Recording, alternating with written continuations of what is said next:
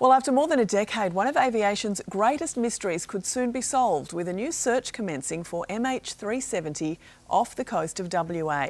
Malaysia Airlines flight MH370 and accident. The ocean does not give up its dead easily, but for a handful of men casting nets in the deep, the truth wasn't a mystery, it was a witness. While satellites chased digital ghosts across the Indian Ocean, basically on a southwestern heading, and disappeared into the vastness of the Indian Ocean. Fishermen from Malaysia to Australia were pulling more than just salt and scale from the tide. They saw the descent, they felt the wake. 10 years of silence are finally breaking as these first-hand accounts collide with the chilling reality of MH370. If you were doing something nefarious, then switching off ACOS, of making the plane go dark. Did the local fishermen help in the discovery? The silent witnesses. For a decade, the narrative of Malaysia Airlines Flight 370 has been dominated by pings, arcs, and sophisticated satellite handshakes. Initially, when the airplane made a turn without talking to air traffic control, in my mind, all bets were off. We have looked at the mystery from 30,000 feet in the air and from the sterile comfort of laboratory monitors. But while the world's greatest minds were staring at computer screens, a small group of men with salt-cracked hands and sun-weathered faces were staring at the horizon. These are the fishermen of the Indo-Pacific, the men who don't deal in algorithms, but in the raw, physical reality of the sea. For them, the reality about MH370 isn't a mathematical probability. It was a morning that changed their lives forever. The most haunting of these accounts comes from the Malacca Strait, a narrow, busy stretch of water where the Indian Ocean meets the Pacific.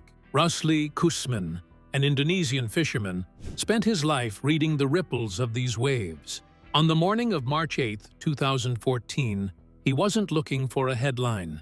He was focused on his nets until the air itself seemed to vibrate. Kusman's testimony, which he eventually delivered with the weight of a man who had carried a secret too heavy for his soul, described a sight that defied the logic of aviation. He didn't see a sleek silver bird soaring toward a destination. He saw a titan in distress. According to Kusman, the aircraft appeared suddenly, cutting through the morning haze. It wasn't screaming.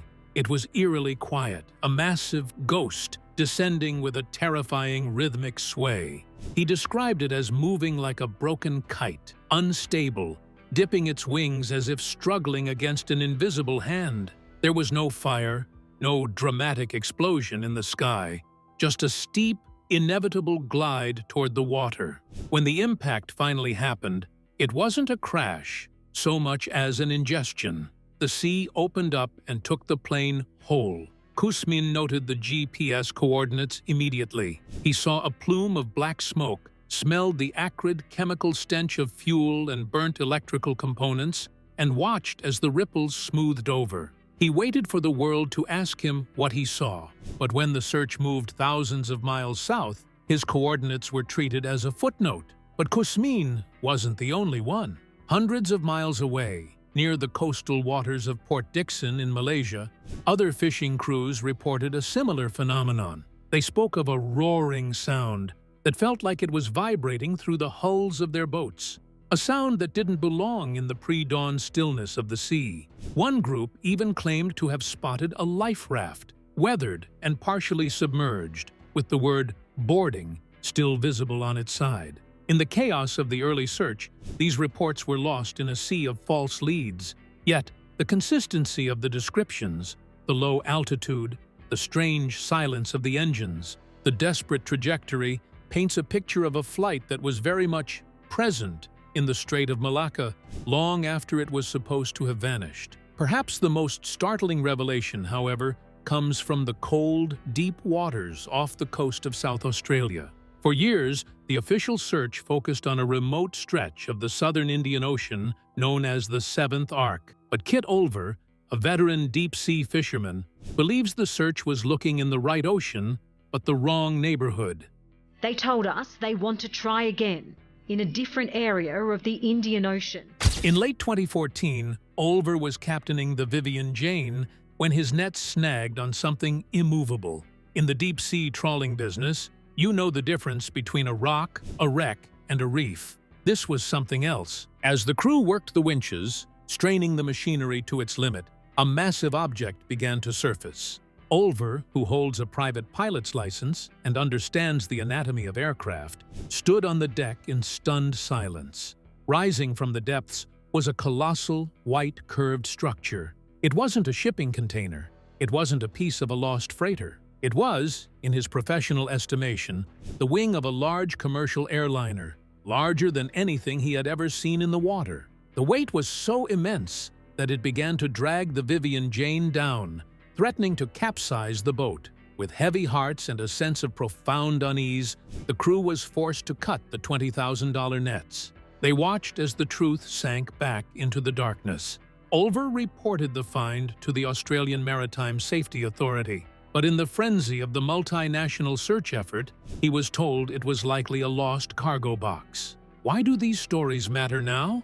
Because as we move into 2026, the technology used to track the flight is finally catching up to the human eye. We are beginning to realize that the controversial truth might not be found in a high-tech lab, but in the memories of the men who were there. These fishermen don't have a motive to lie. They have lost nets, lost time, and a decade of being ignored. They represent the ground truth, the physical reality of a plane that didn't just disappear into a computer program, but left a wake in the water that real people saw, felt, and feared. Can 1,000 miles of salt water wash away the memory of a falling giant? Found it, lost it. Why were the fishermen's sightings so revolutionary? We have to go back to the cockpit of MH370 on that fateful night. It was a routine flight. Beijing-bound, 239 souls on board. A Malaysia Airlines flight with 239 people on board, including 4 Americans, has gone missing. A calm sky. The Boeing 777 is a masterpiece of modern engineering, a plane designed to practically fly itself. But at 1:19 a.m., the routine ended with 5 simple words. Good night, Malaysian 370. 370, 3 to right of takeoff. That sign-off by Captain Zahari Ahmad Shah was the last time a human voice was heard from the aircraft. What followed wasn't a mechanical failure, it was a vanishing act. The anatomy of a ghost begins the moment the transponders were manually deactivated. In an instant, MH370 disappeared from secondary radar. It became a dark flight, a silver silhouette, moving through the night without an identity. For the next hour, the plane performed a series of tactical maneuvers that suggested someone was very much in control. It didn't just drift, it turned back. It crossed the Malay Peninsula, hugging the border between Malaysian and Thai radar zones, a move often used by pilots to avoid detection. It was a plane behaving like a phantom, zigzagging through the sky before finally turning south into the emptiness of the Indian Ocean. Imagine the atmosphere in the cockpit during those dark minutes. The Boeing 777's flight deck is a sanctuary of digital precision, but as the plane made its sharp bank toward the west, the primary flight displays would have shown a world falling away. There was no distress call. No mayday, no frantic text messages from passengers using the onboard Wi-Fi. It was as if the plane had been scrubbed from reality. This silence is the most chilling part of the anatomy. If the plane had suffered a catastrophic decompression or an electrical fire, the natural instinct of any pilot, let alone one with the 18,000 hours of experience Captain Zahari possessed, is to aviate, navigate, communicate. Yet, communication was severed with surgical precision. This brings us to the hypoxia theory, the most widely accepted scientific explanation for why the plane became a ghost. In this scenario, a sudden loss of cabin pressure would have incapacitated everyone on board within minutes. As the oxygen levels dropped at 35,000 feet, the passengers and crew would have slipped into a state of euphoria, then confusion, and finally, a deep, irreversible unconsciousness. The plane, governed by its flight management computer, would have continued to fly on its last programmed heading. It would have been a flying tomb, a 200-ton pressurized canister of souls cruising silently through the moonlight while the world below began to scramble in panic. But the ghost had a pulse. Every hour, the plane's satellite data unit, SDU, sent a handshake to an Inmarsat satellite hovering over the Indian Ocean. These were not messages containing data, but simple electronic pings.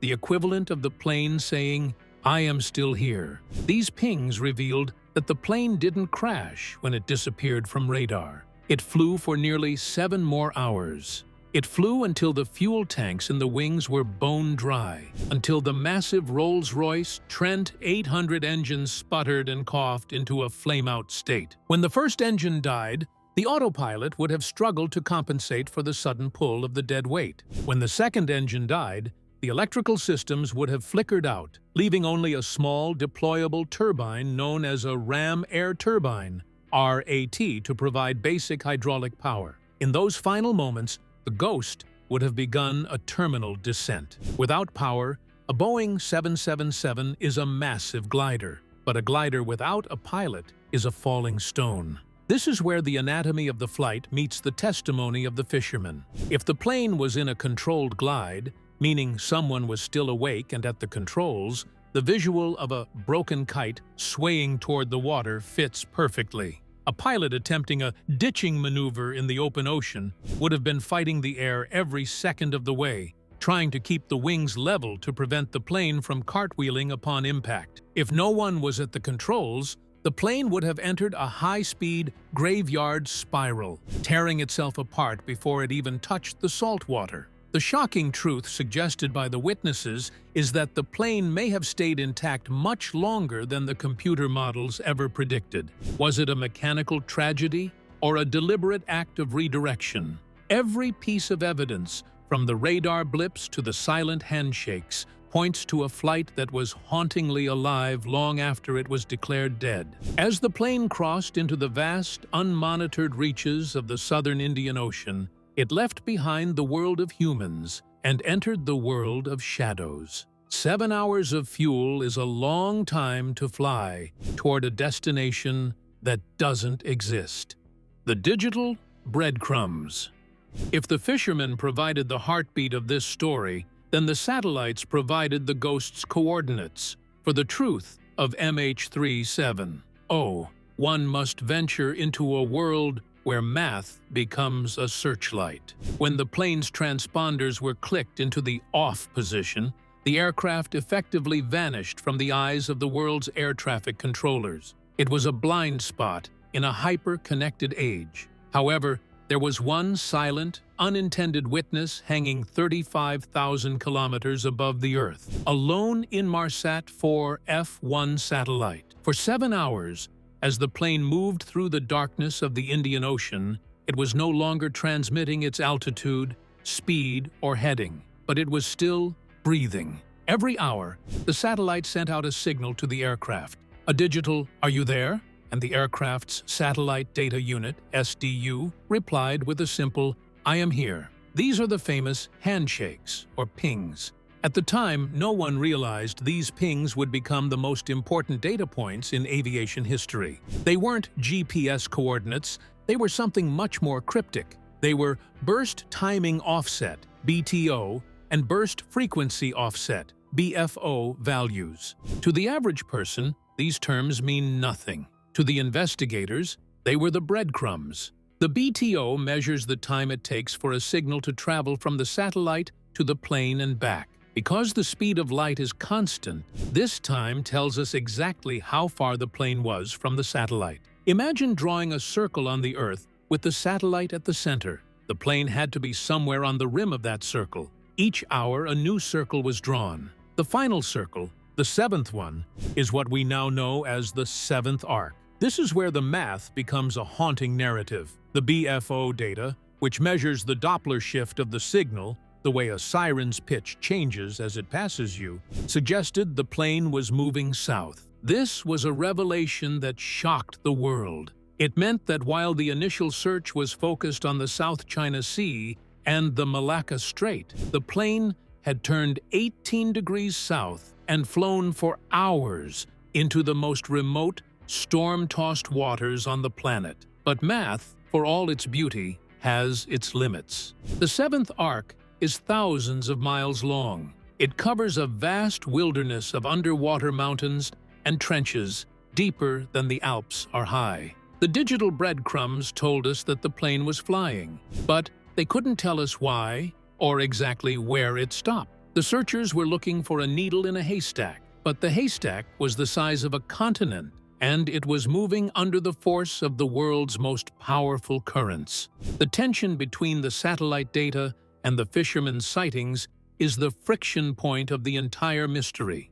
The satellites say the plane ended its life in the deep south. The fishermen say they saw it much further north or closer to the coastlines. Could both be true? Could the plane have doubled back? Or is there a flaw in the way we interpret the Doppler shift of a ghost? In the high-stakes game of deep-sea recovery, a single degree of error in the math translates to 100 miles of empty ocean on the floor. The digital breadcrumbs left by MH370 are a testament to our desire to find order in chaos. We want the numbers to give us an answer. We want the seventh arc to be the X on the map. But as the years have passed, the X has remained elusive. The pings tell us the plane was alive until 8:19 a.m., when a final partial handshake suggested the fuel had finally run out, and the electrical systems were gasping their last breath. After that, there was only the sound of the wind and the waves. Algorithms are precise, but the ocean is chaotic. Fragments of a life. For more than a year after the disappearance, the ocean was a tomb of silence. No debris, no oil slick, no life jackets. The world began to wonder if the Boeing 777 had simply been swallowed whole, leaving nothing behind but a lingering question. Investigators believe the debris in the images is consistent with the Boeing 777, the same as the missing Malaysia jet. But the sea has a way of breathing back what it has taken. In July 2015, the silence was broken on the shores of Réunion Island, a tiny French territory thousands of miles from the search zone. A beach cleaner named Johnny Begg was looking for a stone to grind pepper when he spotted a strange barnacle-encrusted object tangled in the shoreline debris. That the aircraft debris found on Réunion Island from MH370. It was a flaperon, a piece of a wing. This wasn't a digital ping or a radar blip. It was a physical, jagged piece of Flight 370. The truth was no longer just a theory. It was a tangible fragment of a life interrupted. Since that first discovery, dozens of other fragments have emerged. From the coastlines of Mozambique to the white sands of Madagascar, pieces of the ghost have washed up like messages in a bottle. There was the no-step fragment, a piece of a horizontal stabilizer. There was a section of an engine cowling. Each piece was covered in Lepus anatifera, gooseneck barnacles. These tiny creatures became the unexpected forensic experts of the investigation. By analyzing the shells of the barnacles, scientists could determine the temperature of the water the debris had passed through, creating a biological map of the plane's journey across the Indian Ocean. The most poignant of these discoveries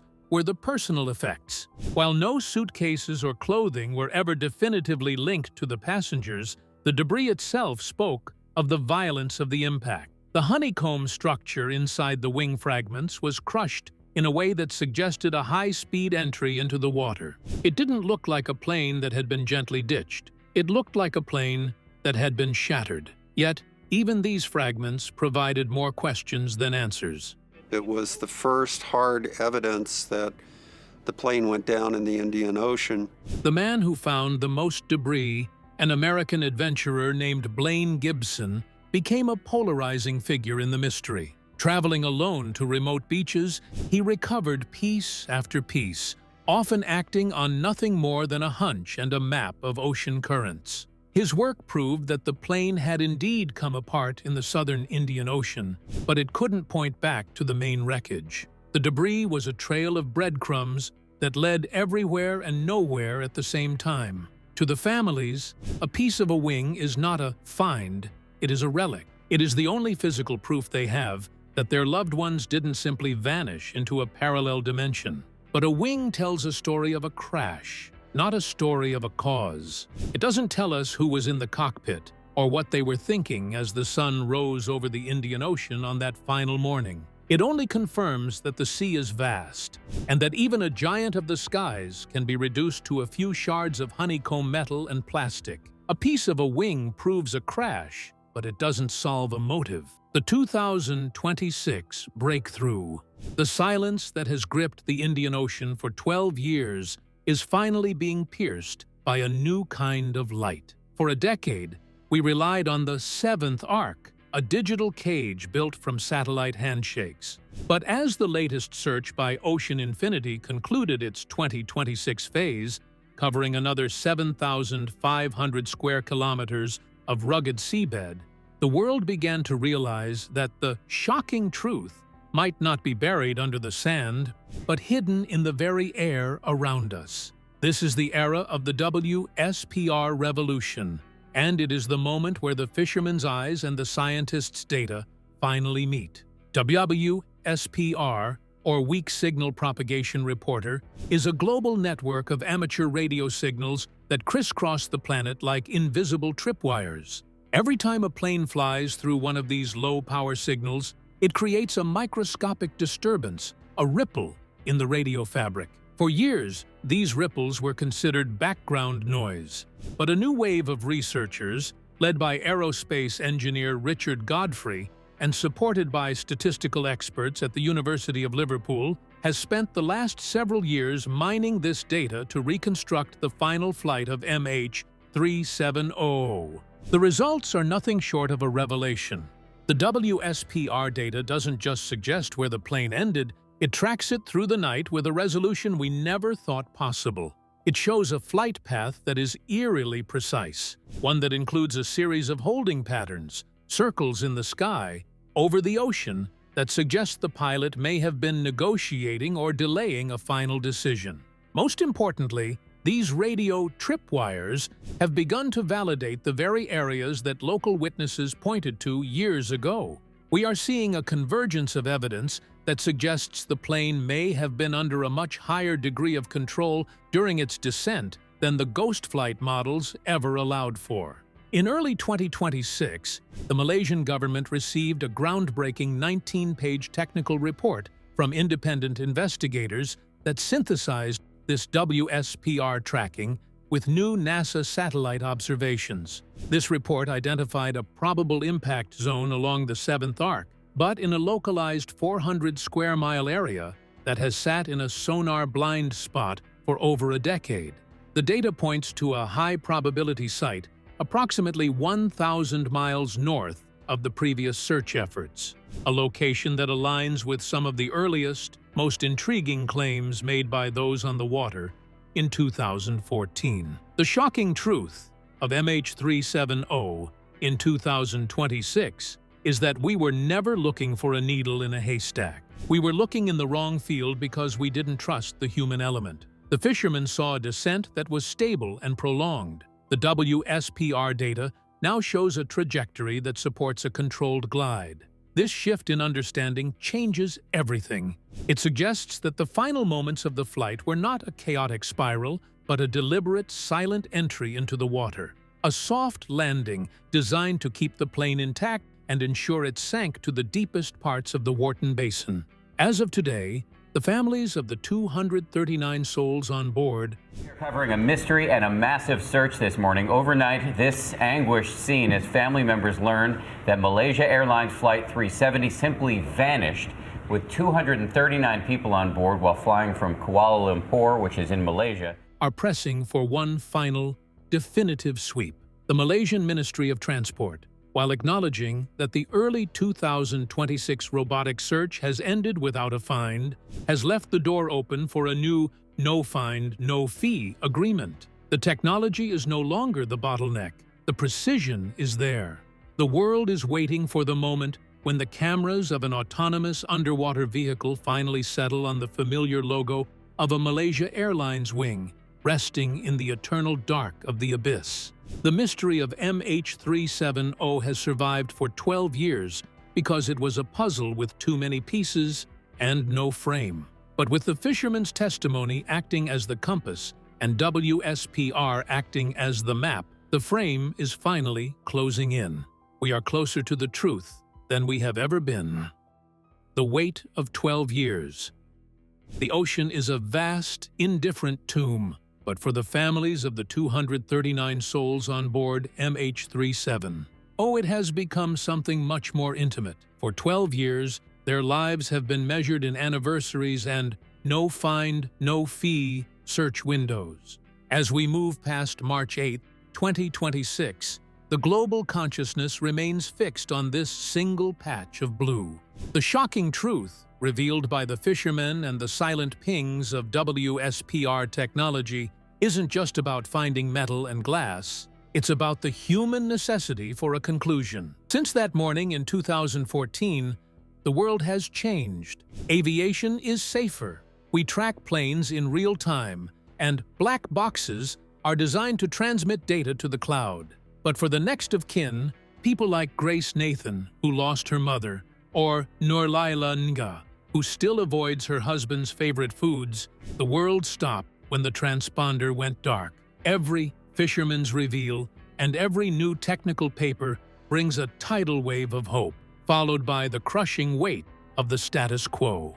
The 12th anniversary in March 2026 was marked by a poignant ceremony in Kuala Lumpur, but it was shadowed by a difficult reality. Just days ago, on March 8, 2026, the Malaysian Ministry of Transport and the marine robotics firm Ocean Infinity confirmed the conclusion of their latest search effort. Between late 2025 and January 23, 2026, high-tech autonomous underwater drones capable of diving to 6,000 meters scoured an additional 15,000 square kilometers of the Indian Ocean floor. Despite the deployment of the most advanced sonar technology ever created, the search area, which included the zones suggested by recent WSPR analysis, yielded no definitive findings. This latest blank has sparked a deep debate.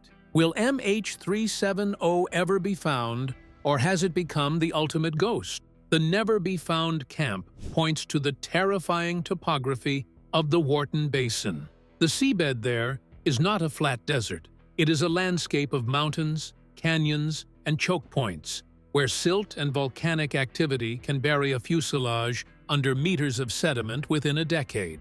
There is a very real possibility that the plane has become a part of the Earth itself, hidden by the slow, grinding processes of the deep. Furthermore, the search area is so vast that even with a fleet of robots, we are essentially looking for a single grain of sand in a stadium. However, the will-be-found camp has never been more emboldened. They argue that we are no longer searching blindly. Every unsuccessful search is not a failure. It is an elimination. By crossing off 140,000 square kilometers since 2018, Ocean Infinity has brought us closer to the only place left for the plane to be. The WSPR technology used in 2026 has provided a flight path of radio shadows that is far more granular than the satellite pings of 2014. If the data is correct, we aren't looking in the wrong ocean. We are simply refining the coordinates to a level of precision that will eventually make discovery inevitable. Under the sweltering Malaysian sun, at the 2026 Remembrance event, the sentiment was clear. We will never give up. The families of the Chinese passengers, who make up the majority of those lost, released an open letter to Prime Minister Anwar Ibrahim. They acknowledged the technical difficulties, but expressed frustration over the communication silence during the latest January search. For them, the search is not a line item in a budget. It is a basic human right to dignity and closure. They have urged the government to extend the no find, no fee contract beyond its current June 2026 expiration.